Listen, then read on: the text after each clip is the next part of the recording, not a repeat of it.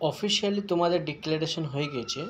যে সমস্ত student first অ্যালটমেন্টে তোমরা চান্স পেয়ে গেছো সেই সমস্ত স্টুডেন্টদের কিন্তু 5ই সেপ্টেম্বর কিন্তু তোমাদের কী ছিল না, লাস্ট ডেট ছিল তোমাদের ফিস পেমেন্ট করা। তো যে সমস্ত স্টুডেন্ট ফিস পেমেন্ট করে দিয়েছো অলরেডি, অটো আপগ্রেশন করোনি, সেই সমস্ত স্টুডেন্টদের কিন্তু 8 সেপ্টেম্বর থেকে, সেপ্টেম্বরের 8 তারিখ থেকে কিন্তু তোমাদের কী করতে হবে না, তোমাদের যে কলেজ যে ক্লাসটি সেটি কিন্তু তোমাদের কন্টিনিউ হয়ে যাবে।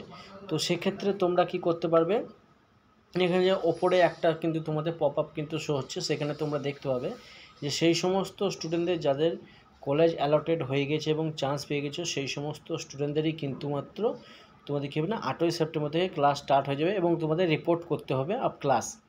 তোমাদের কিন্তু ক্লাসে কিন্তু রিপোর্ট করতে হবে 8ই সেপ্টেম্বর। যারা কিন্তু অটো আপগ্রেশন করোনি সেই সমস্ত স্টুডেন্টদের, অ্যাডমিটেড স্টুডেন্টদের কিন্তু 8ই সেপ্টেম্বর কিন্তু তোমাদের ক্লাস কিন্তু স্টার্ট হয়ে যাবে। এবং যে সমস্ত স্টুডেন্ট তোমরা চান্স পেওনি সেই সমস্ত স্টুডেন্টদের ক্ষেত্রে কিন্তু কী হবে না, যে পরের যে সেকেন্ড অ্যালটমেন্ট লেটারটি যখন পাবলিশ হবে তখন কিন্তু তোমরা ক্লাসটি অ্যাটেন্ড করবে, বা তোমাদের একটা নির্দিষ্ট তারিখ কিন্তু এখানে বলে দেওয়া হবে যে কোন ডেটে তোমাদেরকে ক্লাস স্টার্ট হবে বা ক্লাস করতে যেতে হবে।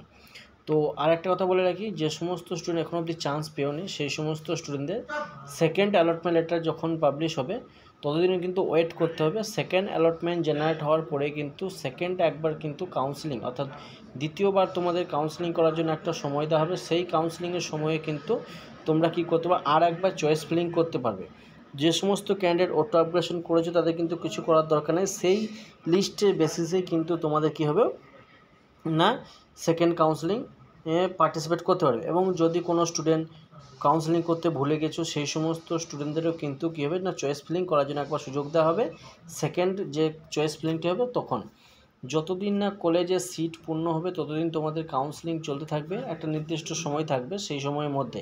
তো এই বছর কী হয়েছে 2025 সালে তোমাদের একটু ডিলে হওয়ার কারণে, অর্থাৎ একটু লেট হওয়ার কারণে তোমাদের যে ক্লাস স্টার্টটা, অর্থাৎ রানিং রেগুলার ওয়াইজ তোমাদের কী হয় না, আগস্ট মাস থেকে কিন্তু ক্লাস স্টার্ট হয়ে যায়।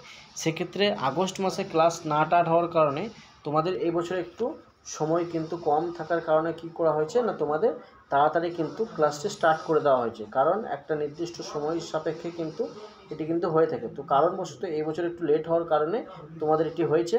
তো যে সমস্ত স্টুডেন্ট চান্স পাওনি সেই সমস্ত স্টুডেন্টদের আর একটা সুযোগ থাকবে সেকেন্ড চয়েস ফিলিংয়ের সময়, সেই সেকেন্ড চয়েস ফিলিংটি তোমরা ঠিকঠাকভাবে করবে তাহলে কিন্তু হয়ে যাবে। এবং যারা চয়েস কলেজে চান্স পাওনি, সেকেন্ড চয়েস ফিলিং হওয়ার আগে একটা সেকেন্ড অ্যালটমেন্ট লেটার কিন্তু পাবলিশ হবে ফার্স্ট ফেজে যে কাউন্সিলিং হয়েছে সেই বেসিসে। তো ফার্স্টে যারা চান্স পেয়েছো তারা অ্যাডমিশন কিন্তু অবশ্যই হয়ে গিয়েছো আশা করি। এবং যে সমস্ত স্টুডেন্ট তোমরা অ্যাডমিশন নিওনি বা নাওনি সেই সমস্ত স্টুডেন্ট কমেন্টে জানাবে কী কারণে নিতে পারোনি বা তারা কি করবে এবার।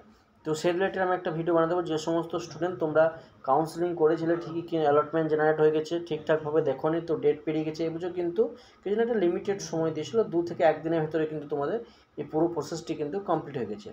আর অন্য বছর কী হয় না, একটু টাইম দেওয়া থেকে 1 সপ্তাহ বা 2 সপ্তাহ মতো টাইম থাকে, সেই সময় সাপেক্ষে কিন্তু হয়ে থাকে।